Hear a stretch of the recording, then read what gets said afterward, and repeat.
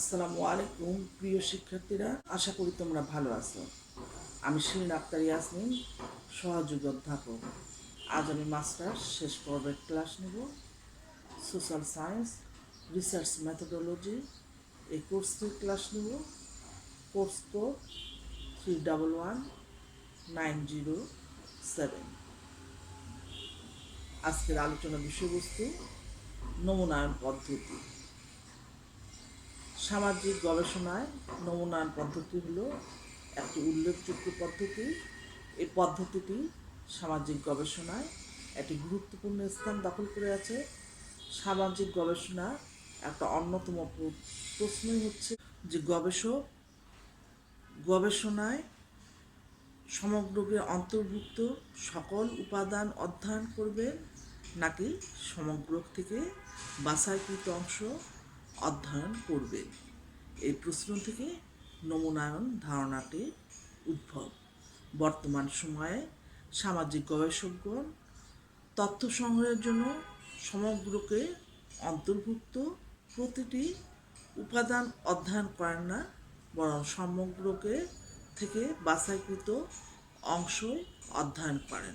কাজে নমুনায়ন সংক্রান্ত বিষয়াদি সামাজিক গবেষণার অন্যতম অধ্যয়নের বিষয়ে পরিণত হয়েছে। গবেষকগণ বিভিন্ন পদ্ধতি অনুসরণ করে সমগ্র থেকে কতিপয় উপাদান বাছাই করেন এবং সেগুলো অধ্যয়ন করে সমগ্র সম্পর্কে সিদ্ধান্তে উপনীত হন। গবেষকদের অনুসৃত এসব পদ্ধতি নমুনায়ন পদ্ধতি। নমুনায়ন পদ্ধতি মূল কথাই হচ্ছে বাছাইকৃত নমুনায়ন সম্পর্কে যা সত্য তা সমগ্র সম্পর্কেও সত্য।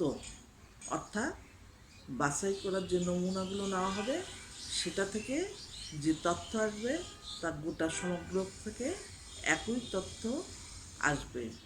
অর্থাৎ বাছাইকৃত নমুনাগুলোই সমগ্রকে প্রতিনিধিত্ব করছে। সমগ্র ও সমগ্র একই। সামাজিক গবেষণার ক্ষেত্রে সমগ্রকে ধারণাটি অত্যন্ত গুরুত্বপূর্ণ।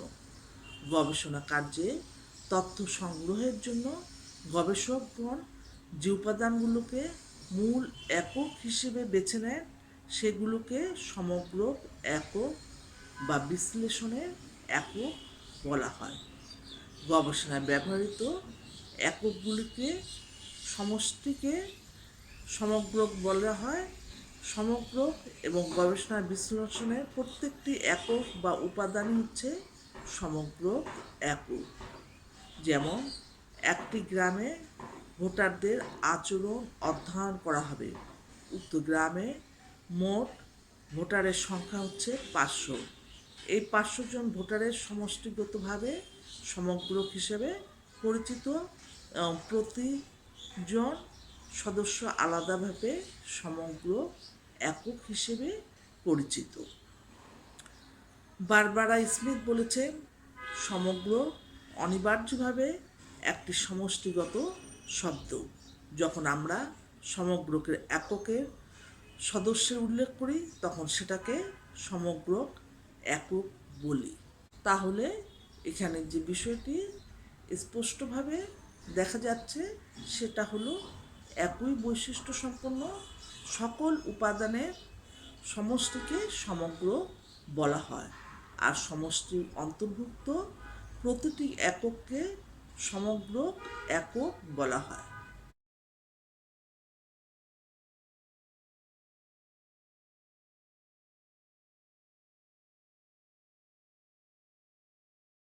নমুনা ও নমুনায়ন। কোনো গবেষণায় তথ্য সংগ্রহের জন্য সমগ্রকের অন্তর্ভুক্ত প্রতিটি এককই অধ্যয়ন করা হবে নাকি বাছাইকৃত একক অধ্যয়ন করা হবে, এটি একটি মৌলিক প্রশ্ন। গবেষণার তথ্য সংগ্রহের উদ্দেশ্যে সমগ্রক থেকে কতিপয় একক বাছাই করা হয়। বাছাইকৃত এককগুলি অধ্যয়ন করে সমগ্রক সম্পর্কে সিদ্ধান্ত গ্রহণ করা হয়। সমগ্রক থেকে বাছাইকৃত এই এককগুলোকেই নমুনা বা স্যাম্পল বলা হয়। অন্যভাবে বলা যায় যে নমুনা হচ্ছে ওই ক্ষুদ্রতর অংশ যা বৃহত্তর অংশ সম্পর্কে জানার জন্য বৃহত্তর অংশ থেকেই বাছাই করা হয়, অর্থাৎ ক্ষুদ্রতর অংশটি নমুনা হিসেবে সমগ্রকে প্রতিনিধিত্ব করে। জেমস ব্ল্যাক ও ডিন চ্যাম্পিয়ন বলেছে, কোনো উপাদানসমূহের বৃহত্তর সমগ্র থেকে গৃহীত কতিপয় উপাদানের একটি অংশকে নমুনা বলে। যে প্রক্রিয়ার মাধ্যমে নমুনা বাছাই বা নির্বাচন করা হয় তাকে নমুনায়ন বলে। ব্ল্যাক এবং চ্যাম্পিয়নের মতে বৃহত্তর সমগ্র থেকে নির্দিষ্ট উপাদান বাছাই করার প্রক্রিয়াকে নমুনায়ন বলা হয়। উদাহরণস্বরূপ বলা যায় যে একটি পাত্রে ভাত রান্না করা হচ্ছে, সেখান থেকে চামচের মাধ্যমে কিছু ভাত তুলে নিয়ে দেখা হলো যে ভাত সিদ্ধ হয়েছে কি না। এই যে চামচে কিছু ভাত নেওয়া হলো, এটি হলো নমুনা, আর পাত্রের সমস্ত ভাত হলো সমগ্র, আর যে প্রক্রিয়ার মাধ্যমে ভাত বাছাই করা হলো তা হলো নমুনায়ন। এক্ষেত্রে আরও একটি উদাহরণ দিয়ে এই বিষয়টিকে আমরা আরও স্পষ্টভাবে বুঝাতে পারি। যেমন একজন ডাক্তার রক্ত পরীক্ষার জন্য রোগীর শরীর থেকে 2-1 ফোঁটা রক্ত নিলেন, কারণ এই 2-1 ফোঁটা রক্ত পরীক্ষা করে যে ফলাফল আসবে সেটি রোগীর রক্ত পরীক্ষার রিপোর্ট। এই 2-1 ফোঁটা রক্ত হলো নমুনা, এবং যেভাবে রক্ত সংগ্রহ করা হলো সেটা হলো নমুনায়ন পদ্ধতি। শুমারি গবেষণার জন্য প্রয়োজনীয় উপাত্ত সংগ্রহের উদ্দেশ্যে সমগ্রকে প্রতিটি একককে যখন অধ্যয়ন করা হয় তখন সেটাকে শুমারি বলে। অন্যভাবে বলা যায় সমগ্রকে অন্তর্ভুক্ত প্রতিটি একক সম্পর্কে সাধারণভাবে জানাকে শুমারি বলে। কেন্ডল ও বাকল্যান্ড বলেছে, শুমারি কথাটি সম্পূর্ণ গণনা অর্থে ব্যবহার করা হয়, যা নমুনার আংশিক গণনা থেকে পৃথক। উদাহরণস্বরূপ বলা যায় একজন গবেষক একটি গ্রাম অধ্যয়ন করেছেন। উক্ত গ্রামে মোট জনগণ বা সমগ্রকে সংখ্যা হলো 2000 জন। 2000 জন থেকে কতিপয় একক বাছাই করে বাছাইকৃত এককগুলো অধ্যয়ন করতে পারেন। গবেষক যদি সমগ্রকে অন্তর্ভুক্ত প্রতিটি এককই অর্থাৎ 2000 জনকে অধ্যয়ন করেন তাহলে সেটা হবে শুমারি, আর যদি বাছাইকৃত অংশ অধ্যয়ন করেন তাহলে সেটা হবে নমুনা জরিপ।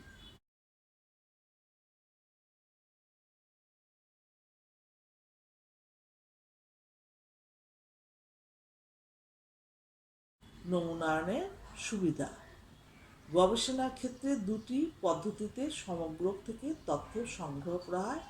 একটি হলো শুমারি, যাকে সার্বিক গণনা পদ্ধতিও বলা হয়।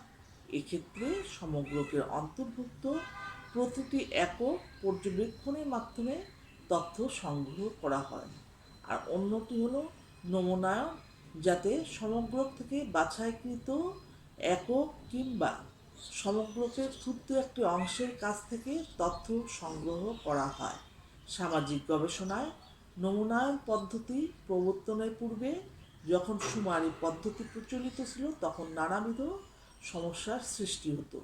নানাবিধ বাস্তব সমস্যা বিবেচনায় গবেষণায় শুমারির পরিবর্তে নমুনায়ন পদ্ধতি বিশেষ সুবিধাজনক।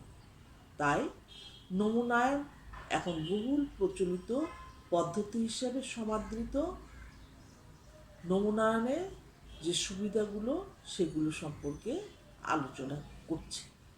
মিতব্যয়ী পদ্ধতি: শুমারি অপেক্ষা নমুনায়ন একটি মিতব্যয়ী পদ্ধতি, কারণ শুমারিতে সমগ্রকে প্রতিটি একক থেকে তথ্য সংগ্রহ করা হয়, অপরদিকে নমুনায়নে সমগ্রকে এক নির্বাচিত অংশ থেকে তথ্য সংগ্রহ করা হয়, ফলে এটি কম ব্যয়বহুল।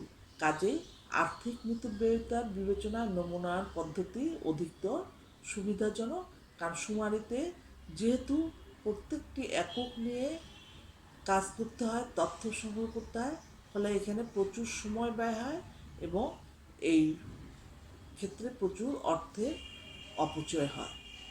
স্বল্প সময় সুমারিশ পদ্ধতিতে সমগ্রকে পূর্ণ অংশের উপর জরিপ চালানো হয় বলে এটি পরিচালনায় অধিক সময়ের প্রয়োজন হয় বা এটিকে একটি দীর্ঘমেয়াদী সময় সাপেক্ষ ব্যাপার হিসেবে আখ্যায়িত করা হয়। পক্ষান্তরে নমুনায়ন প্রক্রিয়ায় নির্দিষ্ট একটি অংশের উপর জরিপ চালানো হয় বিধায় খুব সহজে এবং কম সময়ে তথ্য সংগ্রহ করা হয়। কাজে সময়ের বিবেচনাতে সুমারির চেয়ে নমুনায়ন পদ্ধতি অধিকতর সুবিধাজনক। দ্রুত ফলাফল এমন অনেক গবেষণা আছে যেগুলো দ্রুত এবং জরুরি ভিত্তিতে তথ্য সংগ্রহের প্রয়োজন হয়। সুমারি একটি বিস্তৃত পদ্ধতি এবং এর মাধ্যমে জরুরি অবস্থায় প্রয়োজনীয় তথ্য সংগ্রহ করা সম্ভব হয় না। কাজে জরুরি ভিত্তিতে দ্রুত তথ্য সংগ্রহের ক্ষেত্রে নমুনায়ন পদ্ধতিকে বেছে নেওয়া হয়। কম পরিশ্রম সুমারি জরিপের মাধ্যমে বিস্তৃত পরিধির সমগ্রকে সম্পূর্ণ অংশ হতে তথ্য সংগ্রহ করা হয়, ফলে এই পদ্ধতিতে অতিরিক্ত পরিশ্রমের প্রয়োজন হয় এবং অনেক সময় শ্রমের অপচয় ঘটে। কিন্তু নমুনা জরিপে তুলনামূলকভাবে অনেক কম পরিশ্রমকে সমগ্রকে নির্দিষ্ট একটি অংশ হতে অতি সহজে তথ্য সংগ্রহ করা যায়। যেহেতু অতি অল্প সময়ে নমুনায়নের মাধ্যমে তথ্য সংগ্রহ করা যাচ্ছে, ফলে এই ক্ষেত্রে গবেষকের পরিশ্রমের পরিমাণ কম হয়। ফলে পরিশ্রম কম হওয়ার জন্য সে একাগ্রতা সহকারে কাজটি করতে পারে। অধিক নির্ভরশীল তথ্য নমুনায়ন পদ্ধতিতে গবেষণায় অল্প সংখ্যক একক নমুনায়ন হিসেবে নির্বাচিত হয় বিধায় সেগুলো থেকেই বিস্তারিত তথ্য সংগ্রহ করা হয়। ফলে নমুনায়নে প্রাপ্ত তথ্য অধিক নির্ভরশীল ও গ্রহণযোগ্য বলে বিবেচিত হয়। কিন্তু সুমারি জরিপে পরিধি ব্যাপক বিধায় এতে ব্যাপক সংখ্যক তথ্য সংগ্রহ এবং বিশ্লেষণে অনেক ক্ষেত্রেই অসুবিধা হয়ে পড়ে। ব্যাপক ও সঠিক তথ্য নমুনায়নে বাছাইকৃত বা নির্বাচিত এককগুলো তথ্যাদি মাঠ পর্যায় হতে সংগ্রহ করা হয়। ফলে তথ্যাদির সূক্ষ্ম বিশ্লেষণ ও কার্যকরী ফলাফল লাভ করা যায়। কিন্তু সুমারি পদ্ধতিতে বিস্তৃত পরিসর থেকে এত ব্যাপক তথ্যাদির সূক্ষ্ম বিশ্লেষণ সম্ভব নয়। ফলে সঠিক তথ্য ও ফলাফল লাভ করা কষ্টসাধ্য এবং অসম্ভব হয়ে পড়ে। ভুল সংশোধনের সুযোগ মাঠ পর্যায় থেকে ভুল তথ্য সংগ্রহ গবেষণা উদ্দেশ্যকে ব্যাহত করে। নমুনায়নে স্বল্প পরিসরে বাছাইকৃত এককের উপর জরিপ কার্য চালানো হয় বলে জরিপ পরিচালনা ও তথ্য বিশ্লেষণে ভুল থাকলে গবেষক খুব সহজেই তথ্যের পর্যালোচনা করে সংশোধনের ব্যবস্থা করতে পারে। কিন্তু সুমারি প্রক্রিয়ায় তথ্যের ব্যাপকতার ফলে ভুল সংশোধনের সুযোগ থাকে না। এর ফলে গবেষণা উদ্দেশ্য সম্পূর্ণভাবে ব্যাহত হতে পারে। প্রশিক্ষণের সুবিধা নমুনায়ন পদ্ধতিতে তথ্য সংগ্রহ করার জন্য অপেক্ষাকৃত কম সংখ্যক কর্মীর প্রয়োজন হয়। সংখ্যাগত স্বল্পতার কারণে তাদেরকে সহজেই প্রশিক্ষণ দিয়ে দক্ষ করে তোলা যায়। কিন্তু সুমারি পদ্ধতির জন্য বহু সংখ্যক কর্মীর প্রয়োজন হয় এবং প্রশিক্ষণের মাধ্যমে উপযুক্ত করে তোলা যথেষ্ট ব্যয়বহুল এবং সময় সাপেক্ষ এবং অনেক ক্ষেত্রে এটি অসম্ভব বটে। গবেষণা মূল্যায়ন কতিপয় গবেষণায় বারবার গবেষণার ফলাফল মূল্যায়ন করা প্রয়োজন হয়। এরূপ ক্ষেত্রে সুমারি পদ্ধতি নানা দিক দিয়ে অসুবিধাজনক ও ব্যয়বহুল। অথচ নমুনায়ন পদ্ধতিতে সহজেই কোনো বিষয় বারবার তথ্য সংগ্রহ করা এবং গবেষণার মূল্যায়ন করা যায়। সহজ পরিচালনা পদ্ধতি নমুনায়ন প্রক্রিয়ায় দক্ষ ও প্রশিক্ষণপ্রাপ্ত লোকের উপস্থিতিতে সময়, শ্রম ও অর্থের সাশ্রয় ঘটে এবং খুব সহজেই গবেষক গবেষণা পরিচালনা কাজ সম্পন্ন করতে পারেন এবং দ্রুত ফলাফল পাওয়া যায়। কিন্তু সুমারি জরিপ পদ্ধতিতে পরিচালনা বেশ দুরূহ, কারণ সময় সাপেক্ষ ও কষ্টসাধ্য ব্যাপার এটি।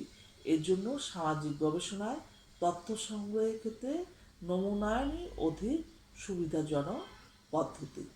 বিজ্ঞান ভিত্তিক নমুনা জরিপ তথ্য সংগ্রহ করার জন্য নানাবিধ নমুনায়ন কৌশল অবলম্বন করা হয়। কৌশল প্রয়োগের মাধ্যমে যে সমস্ত তথ্য পাওয়া যায় সেগুলোকে বিজ্ঞান ভিত্তিক উপায়ে এবং অভিজ্ঞতামূলক পর্যবেক্ষণের মাধ্যমে বিশ্লেষণ করা হয়। কিন্তু সুমারি জরিপে তেমন কোনো বিজ্ঞানসম্মত কৌশল নেই, ফলে সুমারি অপেক্ষা নমুনায়ন অধিক বিজ্ঞানভিত্তিক ও বাস্তবসম্মত। তাহলে এতক্ষণ আমরা নমুনায়নের সুবিধাগুলো আলোচনা করলাম। নমুনায়নের সুবিধাগুলোর ক্ষেত্রে আমরা দেখতে পাচ্ছি যে এটাতে সময় কম লাগছে, এটাতে অর্থের অপচয় কম হচ্ছে, এটাতে দ্রুত সঠিক ফলাফল লাভ করা যাচ্ছে এবং এখানে যে নমুনা সংগ্রহ করা হয় তাতে যে সমস্ত কর্মীদের নিয়োগ করা হয় তাদের সংখ্যা স্বল্প হওয়াতে তাদেরকে প্রশিক্ষণ দিয়ে দক্ষ করা যায়। ফলে দক্ষতার সাথে তারা যেহেতু নমুনা সংগ্রহ করে সেহেতু নমুনায় ভুল থাকে না বা থাকার সম্ভাবনা খুবই কম। সেই জন্য গবেষকগণ নমুনায়ন পদ্ধতিটি গবেষণার ক্ষেত্রে বেশি ব্যবহার করে থাকেন। তারপরেও যদিও এখানে সুবিধাই অনেক বেশি, তারপরেও দেখা যায় যে নমুনায়ন পদ্ধতিতেও কিছু কিছু সমস্যা রয়েছে। এই সমস্যা বা অসুবিধাগুলো আমাদের জানা প্রয়োজন।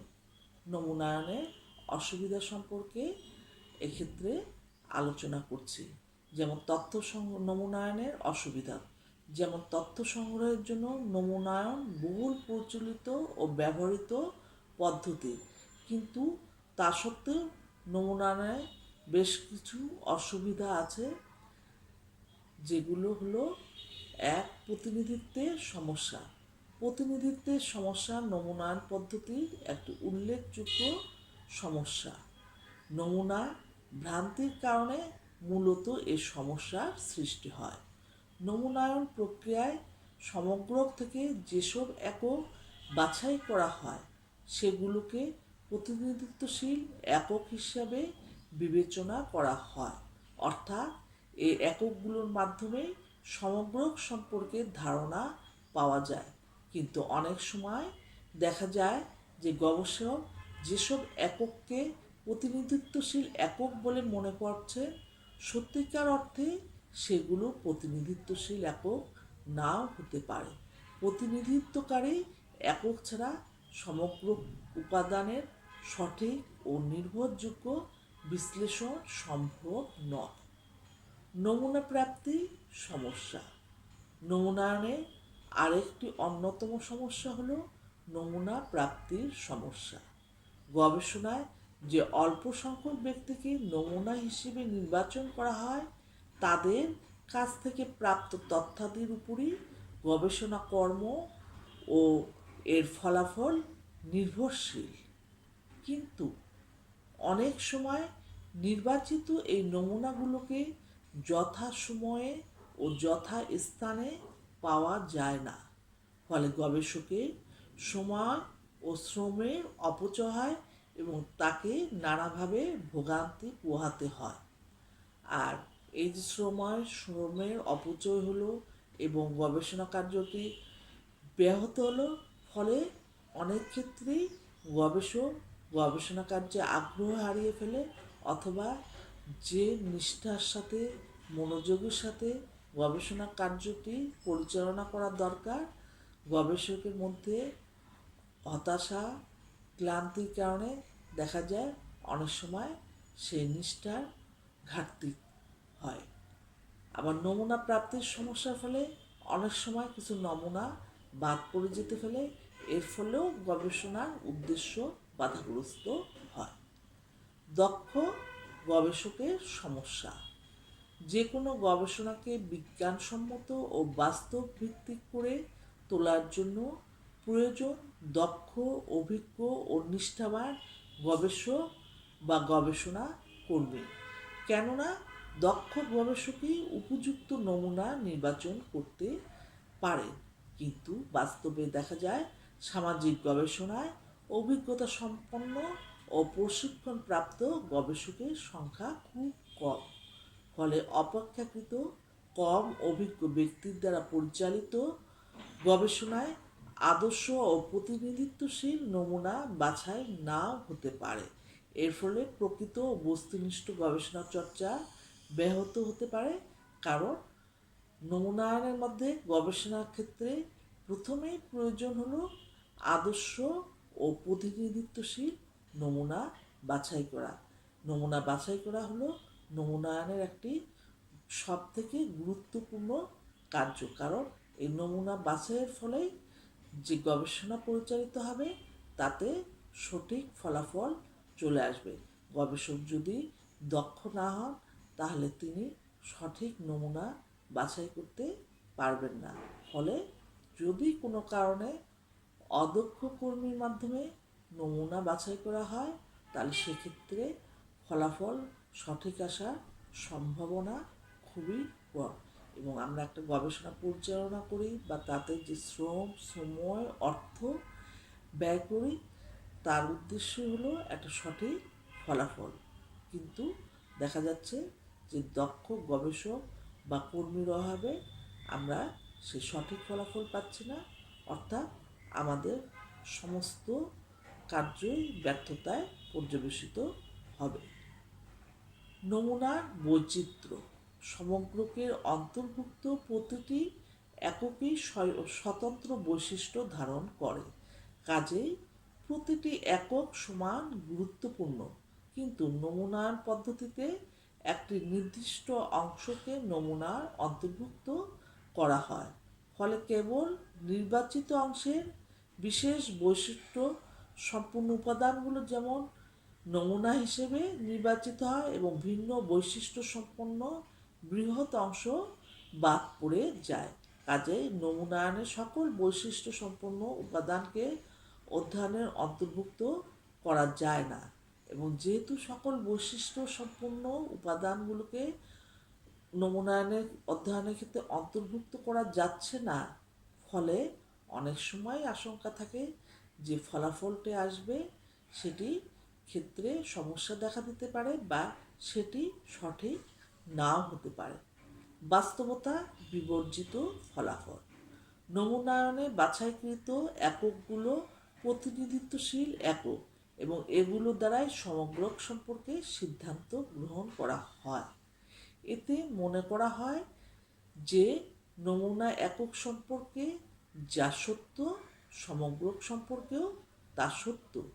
কিন্তু বাছাইকৃত নমুনা থেকে প্রাপ্ত তথ্যাদি বিশ্লেষণের মাধ্যমে যদি সমগ্রক সম্পর্কে ধারণা লাভ করা না যায় তাহলে গবেষণা সম্পর্কেও সঠিক সিদ্ধান্তে উপনীত হওয়া যায় না।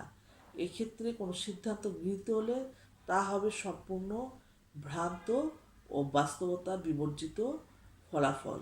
তাহলে সমগ্রক থেকে সঠিক নমুনা বাছাই করেই বিশ্লেষণ করতে হবে। আর এই বিশ্লেষণ ও বাছাই যদি সঠিকভাবে না হয় তাহলে কি হচ্ছে যে ফলাফল বাস্তবতা বিবর্জিত। কিন্তু গবেষণার উদ্দেশ্য হলো একটি বাস্তবসম্মত ফলাফল নিয়ে আসা। তাহলে এক্ষেত্রে আমরা দেখছি যে অনেক ক্ষেত্রে নমুনায়নে সেই বাস্তবসম্মত ফলাফলের পরিবর্তে বাস্তবতা বিবর্জিত ফলাফলও আসতে পারে। পক্ষপাতিত্ব সমস্যা নমুনার পদ্ধতিতে পক্ষপাতিত্ব সমস্যা একটি বড় সমস্যা। অনেক সময় গবেষণার সুবিধার্থে কোনো এলাকার অশিক্ষিত মূর্খ জনগণের পরিবর্তিতে শিক্ষিত জনগণকে নমুনায়নের অন্তর্ভুক্ত করা হয়। কেননা শিক্ষিত জনগণ ভালো উত্তরদাতা হিসেবে গবেষকের প্রয়োজনীয় তথ্যাদি প্রদান করতে পারেন। ফলে অশিক্ষিত জনগণ নমুনা হতে বাদ পড়ে যায়। কিন্তু তৃতীয় বিশ্বের দেশগুলোতে 100% শিক্ষিত জনগণ নেই। ফলে যদি শুধুমাত্র শিক্ষিত জনগণকে বাছাই করা হয় তাহলে ফলাফল সঠিক হবে না। আবার অনেক সময় মানবিক উপাদানসমূহের কারণে গবেষকের পক্ষে নিরপেক্ষ একটি একক বাছাই করা সম্ভব হয় না, কারণ একজন মানুষ সবসময় যৌক্তিক ও নিরপেক্ষ আচরণ করতে পারেন না। ফলে পক্ষপাত সমস্যা প্রতিনিধিত্বমূলক নমুনা বাছাইয়ে অসুবিধার সৃষ্টি করে। সমগোত্রীয় এককের সমস্যা নমুনায়নের আরেকটি সমস্যা হচ্ছে সমগোত্রীয় এককের সমস্যা, কেননা সমগ্রকে একই ধরনের বৈশিষ্ট্যমণ্ডিত এককের উপস্থিতি বিদ্যমান। গবেষণায় নির্ভরযোগ্য ফলাফলের জন্য এটি প্রয়োজন, কিন্তু কোনো গবেষণা কর্মে যদি প্রত্যেক ব্যক্তি বা প্রত্যেকটি একক সম্পর্কে স্বতন্ত্র তথ্যের প্রয়োজন হয়, তবে নমুনায়ন পদ্ধতি কার্যকর হবে না। সমগোত্রীয় এককের উপস্থিতি ছাড়া নমুনা জরিপ সম্পন্ন হয় না। কিন্তু নমুনায়নে যদি বিভিন্ন ধরনের একক থাকে, তার সেক্ষেত্রে নমুনা জরিপ করতে সমস্যা হবে। তাহলে আমরা যেটা দেখতে পাচ্ছি যে গবেষণায় নমুনায়ন পদ্ধতি যদিও একটা অপেক্ষাকৃত সহজ বাস্তবসম্মত পদ্ধতি, তারপরেও এই পদ্ধতিতে সমস্যার সৃষ্টি হতে পারে যদি সঠিকভাবে প্রতিনিধি নির্বাচন করা না হয়, গবেষক যদি দক্ষ না হয়, এর ফলে যে ফলাফল আসবে সেটা হবে বাস্তবতা বিবর্জিত। অতএব নমুনায়ন পদ্ধতিতে এই বিষয়গুলোকে গভীরভাবে খেয়াল করে নমুনা কার্য পরিচালনা করতে হবে, গবেষণা কার্য তা না হলে ব্যাহত হবে এবং গবেষণার সঠিক ফলাফল পাওয়া যাবে না। কারণ একটি গবেষণা বা সামাজিক গবেষণার মূল উদ্দেশ্যই হলো যে সমাজ সম্পর্কে সঠিক একটি ধারণা বা ফলাফল নিয়ে আসা। কারণ আমরা জানি যে সামাজিক গবেষণা পদ্ধতিটি সমাজের প্রয়োজনে এসেছে এবং এটা বর্তমান যুগের জন্য একটি গুরুত্বপূর্ণ পদ্ধতি। অতএব যুগের সাথে তাল মিলিয়ে চলতে হলে এবং যুগের সাথে সমাজকে অগ্রসর করতে হলে সমাজের সমস্যাগুলোকে নির্ধারণ করে সেই সমস্যাগুলোকে দূরীভূত করতে হলে অবশ্যই গবেষণার প্রয়োজন আছে এবং এক্ষেত্রে গবেষককে গবেষণা কার্য পরিচালনা করতে হলে যদি তিনি নমুনায়ন পদ্ধতির মাধ্যমে গবেষণা কার্য পরিচালনা করেন, তাহলে এর অসুবিধাগুলো মাথায় রেখে গবেষণা কার্য পরিচালনা করতে হবে এবং যাতে এই অসুবিধাগুলোর কারণে ভুল ফলাফল না আসে সেদিকে সঠিকভাবে নজর রেখেই গবেষণা কার্য পরিচালনা করা উচিত। আজ এখানেই শেষ করছি।